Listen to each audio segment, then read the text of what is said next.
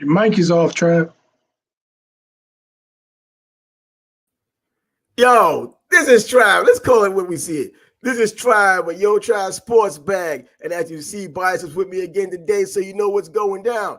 This is a sports channel. However, we talk about multiple sports and we get into boxing mythical matchups. And if you watch my channel or watch my last stream, we talked about some Jaguar football, not just because I'm in the state of Florida, but the Jaguars at that time were doing a lot better than they've been doing or expected to do. I also did some college football. Alabama had a close call in the early going against Arkansas.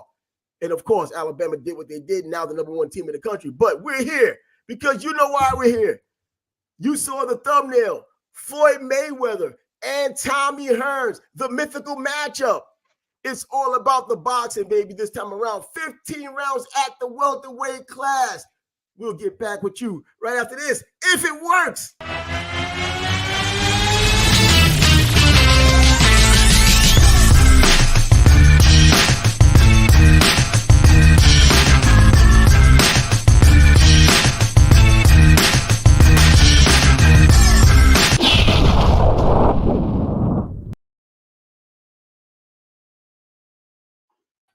Yeah, I guess the struggle stream is still working. But anyway, we're back with this boxing show right now. Floyd Mayweather Jr., Money Mayweather at 147 pounds. I think it came from 154 pounds after he fought Oscar De La Hoya, because before that, we all know it was pretty boy Floyd Mayweather coming from the 1996 Olympics, getting himself a bronze medal, but becoming an all-time great as a professional. Bias is here. I'm here. We're going to get into the conversation about this mythical matchup, which I think is very interesting.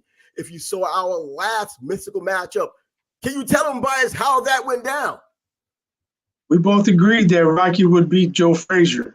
And you were surprised by that because I guess I had given you a different indication at first, but after thinking about it for a couple of days, we ended up on the same page. Exactly. And the one thing I want people to know about these mythical matchups that we talk about on here, Bias and I try as little as possible to speak to one another about the actual fights, because we wanted to keep the integrity of our prediction in this fight, and we want to have our own thoughts. We don't want to influence one or the other into thinking the way we're thinking, or even against it for that matter. We want to have fresh thoughts coming out here, and that's why I think it's more of an intriguing deal to bring onto a show like this, a live stream. If you're interested in joining this live stream, if you want to add your 2 cents worth, go ahead and do so. Come into the chat.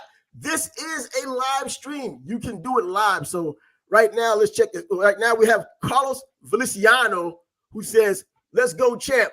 This is Floyd Mayweather and Tommy Hearns. It's not "Let's go, champ" here. Come on now. Shannon Briggs doesn't live in this address. That's a famous saying in boxing, of course. So I'm not sure anyone would put him in a fantasy matchup either. A fantasy matchup with who? He couldn't beat the guys who was fighting in reality. Come on. I mean, he had a good career. But back to the case at hand. Floyd Mayweather, Tommy Hearns, 147 pounds. I think we have to say that 147 pounds wasn't necessarily Floyd's top or best weight. He had, I think, his more accomplishments were at 147, then moving up to 154, or trying to get there at least.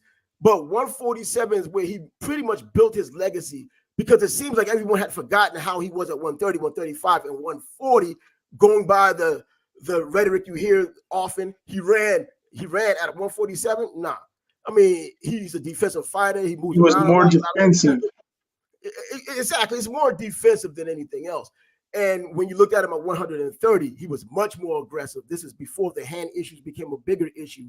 At 135, he was fighting well there. I mean, even with the little thing he had with Castillo, which arguably was a loss, but he was able to get the rematch and fix and right the ship there. And then at 140 pounds, we saw what he did to Gotti, but at the same time, Arturo Gotti, how good was Arturo Gotti to begin with when it came down to the top fighters? Yes, he had a lot of heart, and you can't teach that. Yes, he had an excellent trilogy with Mickey Ward, but outside of that, well, Arturo Gotti was fodder for the main fighters and the elite fighters of boxing. Yeah, not trying to discredit Thunder, rest in peace. Absolutely not. But he lost to Angel Manfredi. Come on. Bro, Angel Manfredi was not a bad fighter. He was a solid fighter, but he wasn't a Hall of Famer like when you go down the list of guys like Oscar De La Hoya and the way he treated Arturo Gatti. I mean, Ivan Robinson wasn't a Hall of Famer, and he beat Arturo Gatti twice. We saw what Floyd Mayweather did, and going into that fight, I thought Floyd had something to worry about. I thought going into that fight, Floyd Mayweather has to worry about the power that Gatti has, and we saw how that turned out. But nevertheless, yeah, he put on his fighting style. At one point, boxer, puncher, precision puncher, defensive fighter. At 147, more defensive, but a higher boxing IQ because of the experience. Sharpshooter, probably one of the best counter punchers ever, along with that defense. So, I mean, what more can you add to it before we get into seeing how these two styles are going to collide? Well, I think it has to be said, if they were in the same era, would Floyd have fought him? Would he have made him wait 4 or 5 years? You know, Floyd was very strategic. He's got a lot of names and belts on his resume. Yes. But did he fight killers, or did he fight someone at their absolute best when he should have? You know, that Pacquiao fight, that happened, what, 4 or 5 years too later than it should have been. 6 years. Later than it should have. And yeah, so, I mean, Floyd, great fighter, but he's probably a greater businessman. Stylistically, going into a fight like that, we already know, because Floyd's fresh in our mind. We know Tommy Hearns from being legendary. You and I are old enough to watch Tommy at his best, and then progressively as he moved on in his Hall of Fame career, especially the fight with Hagler. But we're not going to get that kind of fight fighting Floyd Mayweather, the Hagler fight. That's just not happening. I don't think we're going to get too much of what happened with Leonard the first time around if those two were to get together. But Floyd Mayweather, man, he could fight in the middle of the ring. He could fight off the ropes. And he doesn't get enough credit for how tough he is or how tough he was. He took hellacious shots. We're talking about from knockout artists like Maidana, who in the first fight just raked Floyd along the coals, and Floyd fought his fight and still ended up winning the fight. In the rematch, I think it was the second round. At the end of that round, he caught Floyd with a hellacious shot. Floyd felt the buzz. He grabbed the ropes. I think some people say he even lost his tooth in that fight. But he came back the next round, and he made it look easy for the rest of the fight in the second fight. Right. And to your point, the Mosley fight shows you exactly how tough he is. You know, Mosley had him hurt badly, the worst probably he's ever been hurt. And he found a way to survive. We can take a look at that. Mosley caught him, you know, Floyd doing what Floyd does. And once again, check it out. Floyd does what Floyd does. Boom. He gets caught. That's the big shot right there. He's holding on, but he's doing what he has to do. You know, he never folded. And what I don't like is that Floyd has so many detractors, and there's a lot of detractors for kind of the wrong reasons. If it's a boxing reason or you just don't like him because of the way he fights, that's one thing. But you don't have to say that he's running, or you say that his resume doesn't hold up. You know, it isn't what it might have been years ago when you had the 8 original classes. I think he might have gotten even more respect if he would have fought back then and lost 3 times. He would have gotten more respect with 3 losses than he gets right now for an undefeated record fighting the way he's fighting right now. And in fact, if you want to really look at it, he would have been a 2-division champ, and that would have been it under the old system. 135 and 147, because 140 wouldn't have mattered, 147 wouldn't have mattered, 154 wouldn't have mattered. You know, so all of these belts and titles that people have today, those things don't matter under the original 8. But of course, we're going by today's rules. And for this fight, 15 rounds. We've seen Floyd Mayweather with his conditioning. And after a rugged 12-round fight, you're thinking Floyd could easily go another 3 rounds. We think. Yeah, there's no indication that he could not go 15. You know, after that sparring session with Spadafora, I think he learned his lesson. And from that point on, he always came in incredible shape. You know, I think that's when he came up with the hard work, dedication slogan. He never slacked off, you know, after that. He never got caught slipping.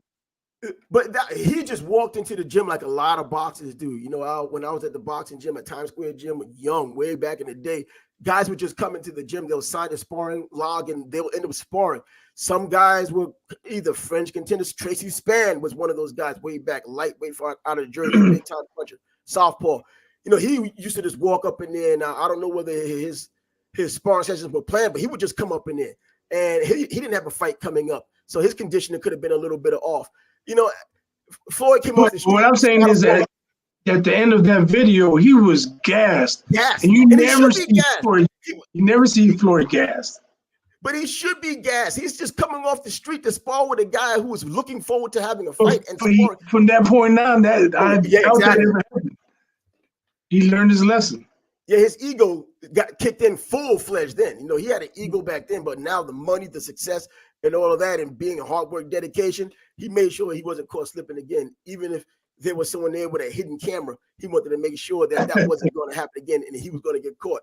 But yeah, but Floyd's style in terms of being able to fight off the ropes, being able to fight in the middle of the ring, of course, at 147, he didn't do the darting in and out that he did at 135 and 130. Or even 140, like he did with Arturo Gatti, or he did with even Diego Corrales at 130 pounds. He darted in, came back out.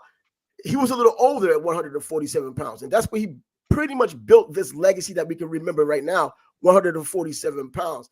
The lead right hand, he did more of a pot shot, and you would watch these videos that they would have with Floyd. And you would see how they're counting 6,000 punches, but then he gets to a fight and throws 30. You know what I mean? And that's what he was doing. But I think Floyd, he fought taller fighters before. And, well, it was at a lighter weight, of course. He fought Diego Corrales, who had the dimensions of Tommy Hearns. So does that give you any idea of what he would have done against Tommy Hearns? I do not think so. Not at all. Because Chico did not have a jab like Tommy had. No. You know, Tommy's stick was strong. It was quick. And Tommy could control distance. Chico couldn't. And Chico was more of a seek and destroy guy, and he didn't use his jab to kind of get his way in. Hearns, for all intents and purposes, we talk about that right hand, but he was an absolutely phenomenal boxer. And at 6'1", at 147 pounds, when he's taller than most people to begin with, he was able to just keep you off. It took someone extraordinarily special to make an issue with him, and Ray Leonard couldn't even do what he's known for to beat him. He couldn't outbox him. He had the puncher turned into the boxer and vice versa. Ray Leonard turned into the puncher, and he knocks him. You know, he catches him because of that. His chin was an issue. Is there any way at 147 pounds in which Floyd Mayweather could have made Tommy Hearns think about the punching power he had and make it effective? You know, could be effective, make it by getting hit on the chin, because Tommy, as we found out, it seemed like he was the last to know that he didn't have a chin. He didn't have to find out until he found out. That's true, but I don't think Floyd packed enough power to make Tommy think twice. You know, just the natural size difference and the strength difference. Floyd coming up from the lower weights, he didn't carry his power with him. You know, if you think about what he did to Chiquinito Hernandez, rest in peace, you know, a proud champion who just decided, hey, I had enough. You know, Floyd could bang down there, but he's not banging with Tommy at 47. Nah, but he broke Chiquinito's nose, man. I've always liked Chiquinito, man. I remember the fight he had with Raul Perez, and he hit him with the liver shot.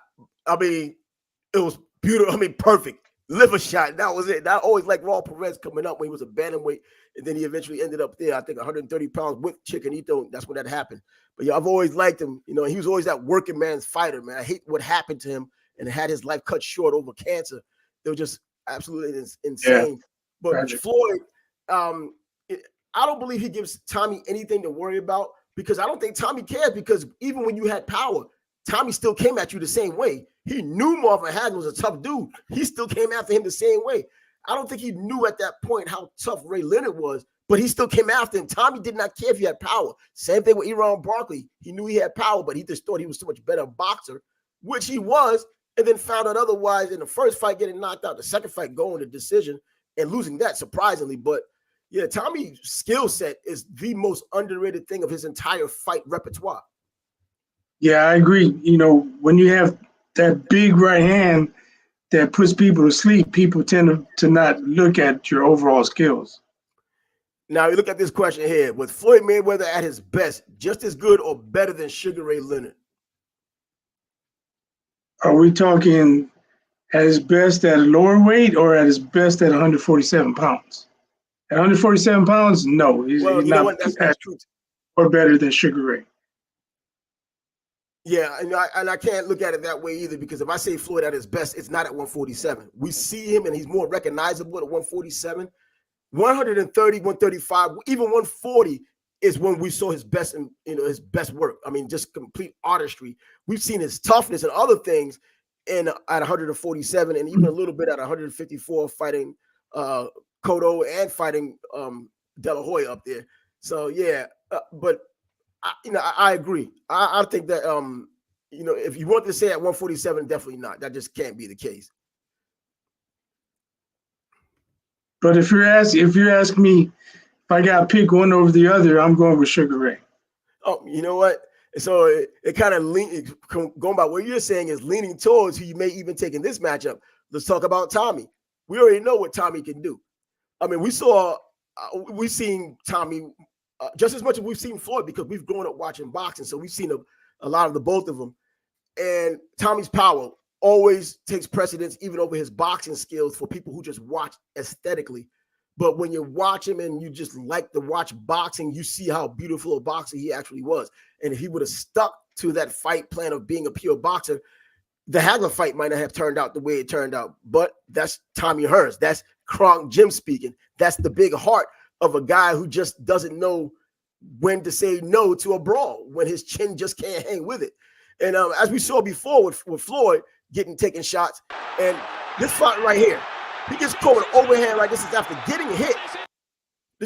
Show it again. This is after getting hit. He gets caught with an overhand right from Shane Mosley. That kind of overhand right landed by Tommy Hearns is the fight. There is no holding on. There is no gravity saving your ass the way it just did with him. Seeing Tommy Hearns with this Pepito Cuevas shot landed the same kind of arcing overhand right. This is the result you get. Floyd, I believe, would have been in the same situation. So I kind of just gave it away. But yes, I'm taking Tommy Hearns over 15 rounds and before 15 rounds to beat Floyd Mayweather. I would say the 13th round, and I did it strategically, and the reason for that is we've never seen Floyd go 15 rounds, but we saw him look fresh as a daisy at 12. So in the 13th round, we don't know. The reason why we don't know, because when Billy Conn was beating the living daylights out of Joe Louis all of that time up until the 12th round, he would have been champion of the world if the fight ended at 12. But what happened in the 13th? The fight ended there. So what we didn't know, we found out in round 13. So with Floyd Mayweather, I can see Tommy Hearns. First of all, it's gonna be a pretty brutal fight. Floyd's going to fight back. Floyd's going to take pain, but Floyd's going to eventually get worn down by Tommy Hearns' snake-like jab, the Motor City Cobra. Tommy goes to the body. Well, if you saw the way he did it against Iran Barkley, I don't think, you don't do the same against Floyd, but Floyd was, I'm not going to say stationary. He knew how to pivot and maneuver his body defensively to catch those body shots as well. But with those dimensions, at 6'1", 147, the speed of Tommy's jab, the speed and power of his right hand, and his overall ability to step back in a bigger step because of his long legs, I just can't figure out how Floyd figures this out. Yeah, one of Floyd's key weapons at 147 was the jab to the body. He goes to Tommy's body with that jab, he's opening himself up for that overhand right. Exactly. That's one weapon out the window. I just think this is a bad matchup for Floyd. He doesn't have the power to get Tommy's respect. Tommy's just gonna, even if he can't knock him out, he's gonna jab him to death. Exactly. I think he can, and I think he could go on cruise control if he wanted to. But Tommy's not gonna stay on cruise control. He's gonna go for the knockout, especially if he thinks the opportunity is there. And that right hand was almost as fast as his jab, so it followed right afterward, and it had such power. And he gets that full extension on it, and you saw the results of it. Now, Ray Leonard was able to take a handful of those punches, actually more than a handful, and giving credit towards Floyd's chin, he could take it, but then also you wear down. At least Leonard had something to where he could rally, and then he took the fight over because he rallied and got the knockout. I never saw Floyd rally to come with that last second or last minute or desperation knockout before, because he never had to. Yeah, that's true. I don't. If Floyd's behind, he's not coming back getting a knockout late. That's not going to happen. I don't see that in any way, shape, or form happening. Now, some people are going to say, "Well, Floyd wouldn't be behind to begin with." I'm wondering, how do you stay even with someone like Tommy Hearns? I think a little bit off course. There's a reason why Floyd didn't fight Paul Williams, who had the same dimensions but less talent than Tommy Hearns. He threw a lot of punches. Now, they went everywhere, and he was pretty reckless, but Floyd wouldn't have been able to expose the chin like Sergio Martinez did. He wouldn't have been able to expose the chin of Paul Williams and get the knockout like Sergio Martinez did. But, Floyd would have pot shot at him and kind of broken his rhythm a little bit. But Paul Williams was another fighter who would not be deterred as well. He was mentally strong, and he just kept throwing his 100 punches around. Yeah, that Martinez shot was like a once-in-a-lifetime shot, lottery too. pick. Yep, lottery shot. If Tommy Hearns lands the right hand on Floyd like he did Cuevas, I don't know if Floyd's going to do a dance, but he's going to be hurt. And Tommy would finish him, in my belief. He will be on the dance floor. That's it. That's the dance he's going to do. On the dance floor. We don't have to worry about finding a substitute for Zab Judah and other dancers of boxing. He will be on the floor. Those guys can still do their boogie and live with it. And Floyd would not be able to take a shot from Tommy, at least that clean of a shot, the same way he had taken it from a guy who was once 135 pounds and Shane Mosley. Yeah, and you mentioned Zab Judah. Zab actually dropped him. It wasn't counted a knockdown, but he caught him coming in. Floyd touched the canvas. And, if you think about all the guys that hurt or buzzed Floyd, they're all coming up from smaller weights. And Tommy's not coming up from a smaller weight. Yep. And now I look at this, I see the question, could Hearns crack the defensive Mayweather code? And how would he do it? That's as long as De La Hoya didn't give him the blueprint. And we already know about De La Hoya's blueprints, man. Those things just don't work out for anybody. Come on, man. You know what? Ironically, he wanted to be an architect once upon a time. We're glad he didn't become an architect. There would have been so many buildings collapsing his badass blueprints throughout his entire architecture career, which would have been a month or two after he had his first building, after it collapsed. So now we see Carlos Feliciano here, a very astute participant. Tommy by TKO, Tommy chopping right. And I think that's the case. I think I agree with him. If you're not being biased, because boxing is the theater of just absolute fandom, nationalism, fandom, whatever you can call it, and all of those things. And Floyd Mayweather fans just can't see him getting hit by that right hand. You're telling me over the course of 15 rounds, if it went that far, or even the course of 10 rounds, if it had gone that far, Tommy's not going to land at least one of those hands that he's landed on everybody, including Sugar Ray Leonard? Yeah. Now, Leonard survived it, though. But Floyd probably could survive it, too. And that's true, because Floyd, we did give him credit for his chin. But I don't think he fought someone who could hit him as cleanly. If you could brace yourself for the slower shots of a Castillo or the slower shots of a Maidana or Shane Mosley, it was an older Shane Mosley as well. And he got that shot in. A crisp, fast, lightning shot that Tommy was known for. That's the difference. And those shots you don't see, or the ones you're caught by surprise from, are the ones that put you on the ground, Pepino Cuevas style. Right. And if Tommy's using his jab, just jabbing, and then he surprises him with the right hand, or he disguises the right hand with the jab, Floyd's going to eat it, and then what? He's going to be hurt. There's no doubt in my mind Tommy would hurt him. And like I've said, I think I might have mentioned already, Floyd goes into every fight cautious. So it's not like he has to be extra cautious for someone like Mosley or extra cautious for even someone like Hearns. He's going to come in there inherently cautious. That's just the way he fights. So it wasn't like he got surprised. No, he got hit. You know what I mean? He was expecting to get hit. He was hoping not to get hit, but he got hit. And he got hit 2 times in one round. To Floyd's credit, of course. In that same fight, he walked down Shane Mosley that same round. He walked him down. And of course, I think he lost the fight by virtue of those 2 huge shots. But from then on, it was a walkover for the rest of the fight. Now, Tommy, though, he's a different breed. He's going to hit you if you go down, or if he knows you're stunned, as we saw at Duran. Well, that's it. The party's over. Yep. And speaking of that Durant fight, that was the closest to decapitation I've seen. And the way, because first of all, let's not forget how Tommy butchered him up a little bit before that even happened. He dropped him a couple of times before that even came about. And then he sets him up with the decoy jabs to the body, knowing damn well he was coming back up the top with that right hand. He starched him. I mean, Durant went for the body shots with those jabs and just left his whole head open. And the sound of the punch landing. Yeah, man. Off his head. Let it be cake. Marie Antoinette, their heads are gone. And that was it. But Tommy Hearns, yeah, we can reiterate.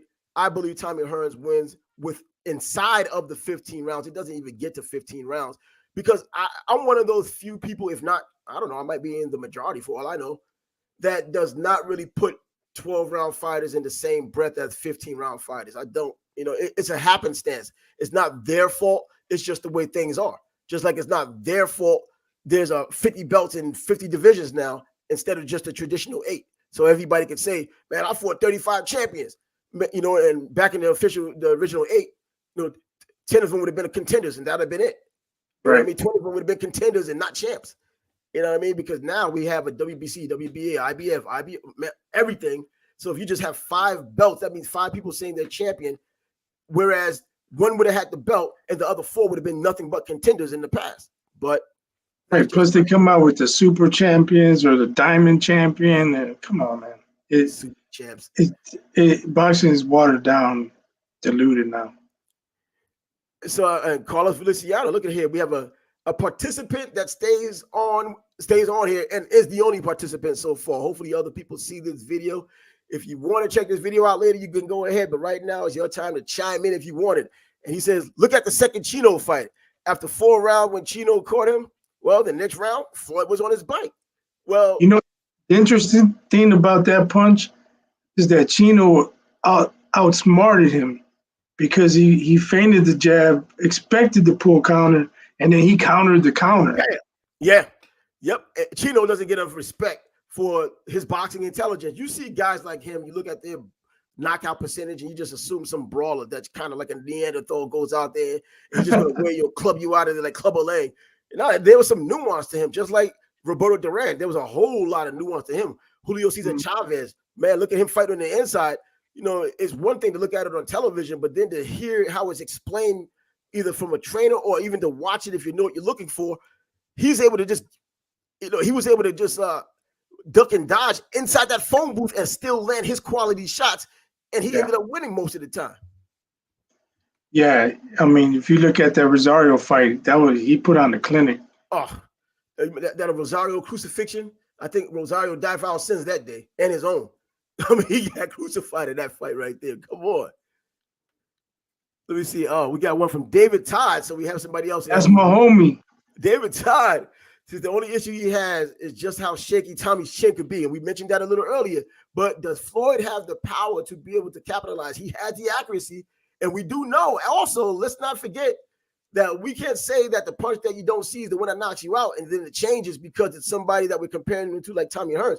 If Floyd has enough IQ he could change the angle and that right hand come from another angle at a moment's notice. It lands on Tommy's chin. Maybe he's joining jab judo on Dancing with the Stars. We don't know. I mean, we don't know, but I don't see that happening. I don't think it would be very likely. Well, Floyd just didn't punch hard enough. It's still a high caliber chess match. He doesn't have to hit hard enough. And it reminds me of Zab Judah. I'm sorry, Zab, that we keep bringing you up, and it's always in a pejorative light, at least in this conversation. But when he fought Costa Tszyu, and he got hit, and we saw how he got buzzed and how he got up and did what he did, that gave us memories for a lifetime. And at the post-fight interview, Costa Tszyu says, that was not even my hardest shot. I got heavier stuff. If you watch Zab Judah fight in the past, I mean, not Zab Judah, Costa Tszyu, he does have heavier punches. He just caught him on the button. That's it.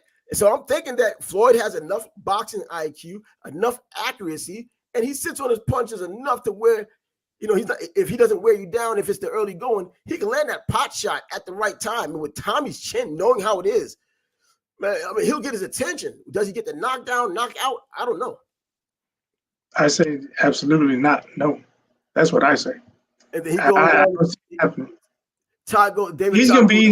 He's gonna be eating too many jabs. He's going to be he would try to avoid the right hand. He's going to be too defensive to land that shot. Now, what fight was it in which Floyd did get jabbed a whole lot more than he wanted to? Was it the Cotto fight? That he got jabbed a lot more than Floyd used to getting jabbed. Might have been. He had a bloody nose. He had a bloody nose in that fight. And I was like, wow, you know what? You know, and yeah, I thought Floyd was going to do to Cotto what he did to Gaddy. Maybe not to that extent, but I thought it was going to be an easy night, and it was far from it. That surprised me. See, now Carlos Feliciano once again comes back and says, imagine Tommy fighting Floyd like he did Hagler. Floyd wouldn't allow that to happen. Floyd would clinch. Floyd would, counter him just to slow him down. And if he catches, because Floyd doesn't have the punching power. But if you're coming in and he catches you, with a nice one of them nice sharp punches, it could buzz you because you're coming into the shot. So I don't know. Floyd, not to say that Floyd's a much smarter fighter than Marvin Hagler, because he was brilliant as a fighter, brawler, boxer. He could do everything. But Floyd, he just has a different style of fighting to where he could land that shot and he would find a way not to get hit or find a way to lessen the punishment if you were trying to take that kind of a fight to him. Yeah, you're losing me, man. You're losing me. I just don't see it. Even his check hook, I don't think he's. I'm just bringing all these scenarios because I can hear the Floyd fans in my head already trying to say, what about this? What about that? Man, you don't know anything about boxing. As you already know, they say that when they don't have any other answers. But I already gave my prediction. I think that Floyd Mayweather gets knocked out, not a 15-round decision in a 15-round fight. He gets knocked out by Tommy Hearns. And within, I think, the 13th round, and I told you the strategy behind that. Rewind if you want to hear that part, but that's what I believe. Do you have any specific round you think that he would lose in? I can't even call it round. I just think at some point he's gonna get caught, and he would get caught, and Tommy would finish him. Maybe, probably not early because, as you mentioned, Floyd would be defensive or cautious coming out. But at some point, he's gonna have to fight, take a couple risks, and maybe 7 or 8, 9, 10. Well, we've seen Floyd take risks before because he had to. So it wasn't like, we haven't seen him haven't seen him have to come back. But I think that first Maidana fight, that was the first fight. I was like, wow. Well, the Castillo fight when he was younger, and all that. But this fight here, when he was Money Mayweather, the marketing's behind him. The world's eyes are on him. They weren't on him completely back then against Castillo the first time or even second. But for this fight here against Maidana the first time when everybody's watching and going into that decision, I was like, I don't know what to think. And for him to, and I would have been cool with either way. If it would have been a draw, I'd have been cool. If Maidana would have won, I would have been cool because it was that close. Right. Night of the fight, watching it live, I was thinking, man, I don't know who won. Exactly. And then when I rewatched it a couple of days later, the best I could do was give Maidana a draw. Yeah, exactly. But I actually had Floyd 7-5, but a round that was really close. If I gave it to Maidana, then I got a draw. Yeah, and and it's hard because the judges, they get one shot. They don't get the replay, none of that, and the benefit of a doubt and all that type of thing. They just got to go out there and see what they see, and that's it. But I just remember something, because my friend David Todd's on here. He's going to probably say, it only counts when you watch it live. You should never rewatch it. We argue all the time, and that's one of the things we argued about. He almost sounds like one of these people that say, unless you've been in the ring, you don't know anything about boxing. You hear those people all the time. You never been in the ring. You never even sparred before. How do you know about boxing? Hey, I've done both, been in the ring and sparred. I know enough about boxing to go back and forth with people, man. I've done it for literally decades, going back and forth with people who have been around the boxing game for a long time. But still, you're going to always get that because that's what social media allows. Or if you meet someone in the street with the same kind of mindset, that's what they're going to say. But yeah, the judges don't have that benefit of watching the fight over and over or watching replay to get their scorecards right. They got a one and done. That's it. Move on to the next round. Unless you're Adelaide Bird or CJ Ross, you filled out before the fight starts. Right. You kind of, you made a little deposit over in Vegas in one of those gambling joints. But aside from that, but anyway, that's it for us as it comes down to Floyd Mayweather versus Tommy Hearns at 147 pounds, 15 rounds, which didn't make it, in my opinion, 13th round, according to Carlos Feliciano, under 11 rounds. 11 rounds are under. And for you, you said what? Me, I said 7, 8, 9, 10, something like that. Well, so, that's enough to get soft. Carlos and I are on the same page, under 11. Yeah, it's enough to get softened up throughout the fight with jabs and a few right hands, and then kind of end the fight from there. So I can understand that, but I think I'm safe with 13 because other than Maidana and a few fights here and there, no one's even gotten close to Floyd in terms of making it a competitive fight. But we're talking about a Hall of Famer who. Would you put Tommy Hearns in front of Floyd Mayweather as a Hall of Famer? On a pound for pound list if you have one? I have to give that some thought. Yeah, because I just thought about it just now. And I was like, man, I've always had a list, but it's kind of like one of these things you have in your head and it's kind of interchangeable. But between those two, I don't know, because Tommy Hearns, we know, lost fights, but then the quality of guys he fought, and at the time he had fought them, there was no 6 hours in between, or 6 years in between, or 3 years in between before he fought a guy. And the one who did prolong the rematch was Ray Leonard. It wasn't Tommy Hearns not wanting to fight. And so, yeah, there's something to be said about that. I don't know exactly. Yeah, and there's something else to be said about Floyd retiring for 1 year, allowing the De La Hoya rematch clause to expire. Yeah, but rematch clause. Yeah, he beat De La Hoya. He beat him. I'm just saying. Yeah, and I think he would have done even better the second time around. After Probably seeing De La Hoya fought Pacquiao, I think that Floyd does even better the second time around. Especially Floyd, he always does better in the second fight. Just saying that's a fact. Yeah, it is a fact. And then he unretired 1 day after the rematch clause expired. I didn't know that part, man. I'm just saying it's a fact. Well, your boy David Todd jumped on here again. He says he likes you watching it, but your original live score only matters, matters so. Matters so. That is why I like to live score. Often it's surprising. Live scoring, I don't know, because you could have a guy. Remember that Austin Trout? I think the Austin Trout Canelo fight was a live scoring fight. Once he found out he wasn't winning, he kind of like mailed it in. You know what I mean? So I think psychologically that could hurt a fighter as well. You know what? If they have live scoring, every round. No, he's talking about individual scoring it as they're watching. Oh, okay. I thought he was talking about the live scoring. No. You stand in the fight at a certain point in the fight. If you're down, but hold on, I got to comment on this because he's been to my house for many fights, and I've never seen him keep a running tab of who's winning. So that comment, that is why I like to live score. That didn't happen, but that don't happen, Todd.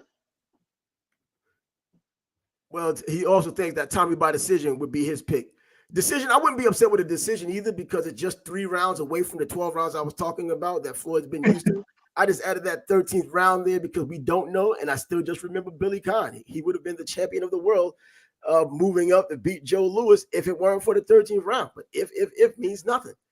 So right. I just put that in there because it made some typological sense. But anyway, as I said, that was it for us. If you want to watch this over, you can do that. But I also like to thank those who participated in the conversation. So this thing's kind of picking up. Over 60% of my subscribers are boxing people. So I figured they would watch this at some point. I think some of them are overseas, if not a lot of them. So this might not be around their time that they're up. They may have to work the next day or whatever. They might have to find this on the weekend on their leisure. But either way, this was a matchup that I think that we needed to talk about. There are going to be future matchups. I just don't know which ones yet. Maybe Bias and I could come together on something and just throw it out there. But it has to be compelling. Shannon Briggs versus Butterbean. Bruh. Compelling. Compelling, not ridiculous and sublime. But hey, we're here for you. Yo, Trav Sports Bag is on the set. I don't know if it's a bit of a struggle stream yet because I haven't looked at the replay. I don't think I'm going to watch the replay the way things have been going. But thanks for joining. Bias as usual. Always glad to have you. Your insight on these fighters, on fights and fighters that we run into all this time. And you surely will be back when we can come together on another mythical matchup. Let us know what you think in the comments, especially once again, I'd like to thank those who have already come in and had contributed to this conversation. And until next time.